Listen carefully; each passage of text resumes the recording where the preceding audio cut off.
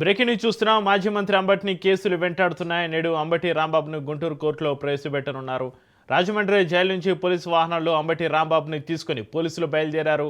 అంబటిపై మరో PT warrant petition పోలీసులు దాఖలు చేశారు. 2023లో సత్తెనపల్లిలో సంక్రాంతి సంబరాల పేరుతోటి లక్కీ డ్రా అంటూ మోసం చేశారని, లాటరీ పేరుతోటి కోట్ల రూపాయల అవినీతికి పాల్పడిన అంబటిపైన ఫిర్యాదు అందింది.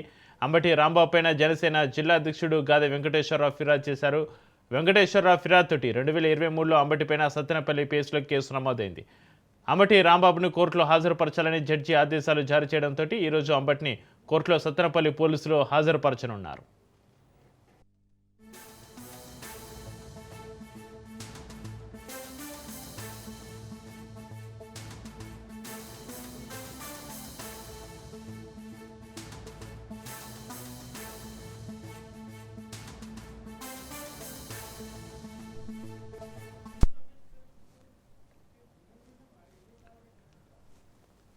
మాజీ మంత్రి అంబటిని కేసులు వెంటాడుతున్నాయి. నేడు అంబటి రాంబాబును గుంటూరు కోర్టులో ప్రవేశపెట్టనున్నారు. రాజమండ్రి జైలు నుంచి పోలీసు వాహనంలో అంబటి రాంబాబును తీసుకుని పోలీసులు బయలుదేరారు. అంబటిపై మరో పీటీ వారెంట్ పిటిషన్ పోలీసులు దాఖలుకు సంబంధించి మరింత సమాచారాన్ని మా ప్రతినిధి రమేష్ ఫోన్లో అందిస్తారు. రమేష్.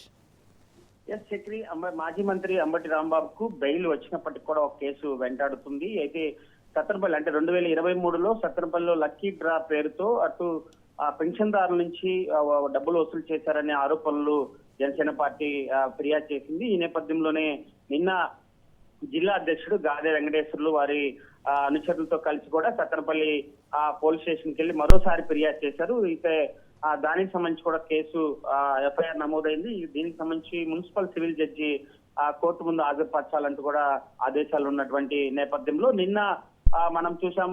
ఏదైతే మరి పోలీసులు విధులకు ఆటంకం కలిగినటువంటి కేసులో బెయిల్ లభించింది. గతంలో చంద్రబాబును దూషించినటువంటి కేసులో కూడా బెయిల్ లభించినటువంటి నేపథ్యంలో ఎట్టకేలకు కూడా అంబటి రిలీజ్ అవుతాడని ఒక అంచనా ఉన్నటువంటి నేపథ్యంలో అటు అభిమానులు, కుటుంబ సభ్యులు కూడా ఆనందం వ్యక్తం చేసినటువంటి పరిస్థితి కనపడుతుంది. అయితే ఈ సత్తెనపల్లి కేసు సంబంధించి అయితే సత్తెనపల్లి ముందు జడ్జి ముందు హాజరుపడతారని ఒక అంచనా ఉన్నటువంటి నేపథ్యంలో సెక్షన్ ని ఆల్టరా చేస్తూ కూడా గుంటూరు స్పెషల్ కోర్టు కూడా అంబటి రాంబాబుని తీసుకొస్తున్నారు. రాజమండ్రి నుంచి సరిగ్గా 7:30కి కూడా ఆయన్ని కాన్వాయ్లో మొదలయ్యారు. అయితే ఇక్కడికి వచ్చిన తర్వాత 11-12 గంటల లోపు కూడా జడ్జి ముందు హాజరుపరిచేటువంటి అవకాశం ఉంది. దాదాపు 35 కేసులకు సంబంధించి హైకోర్టు కీలక వ్యాఖ్యలు చేసింది. అంబటి రాంబాబుని ఎక్కడ అరెస్ట్ చూపించొద్దు, 41 నోటీస్ ఇచ్చి విచారణ జరపాలని ఆదేశాలు ఉన్నటువంటి నేపథ్యంలో ఈ కేసు ఏ విధంగా ఎటువైపు దారితీస్తుందనే అంశం ఇప్పుడు కొంత ఉత్కంఠ నెలకొంది. ఎందుకంటే నిన్న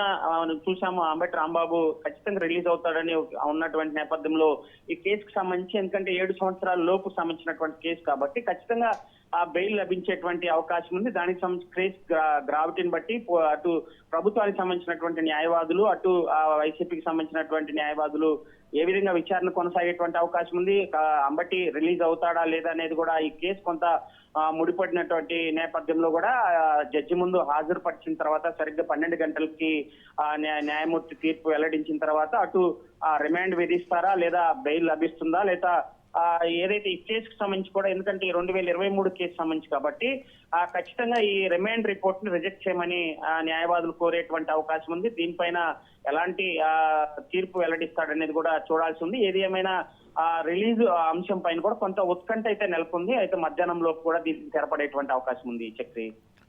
రైట్, థ్యాంక్ యూ రమేష్.